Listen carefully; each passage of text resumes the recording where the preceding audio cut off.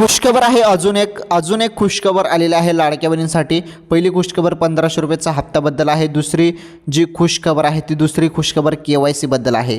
पती वडील हयात नसतील तर आता एक ऑप्शन बदल केला जाणार आहे वेबसाईटमध्ये आणि तो बदल असणार आहे हे बघा, बदल असा असेल, पती हयात नसतील तर पती यांचं तिथे हयात नसलेलं मृत्यूचं प्रमाणपत्र अपलोड करावं लागेल.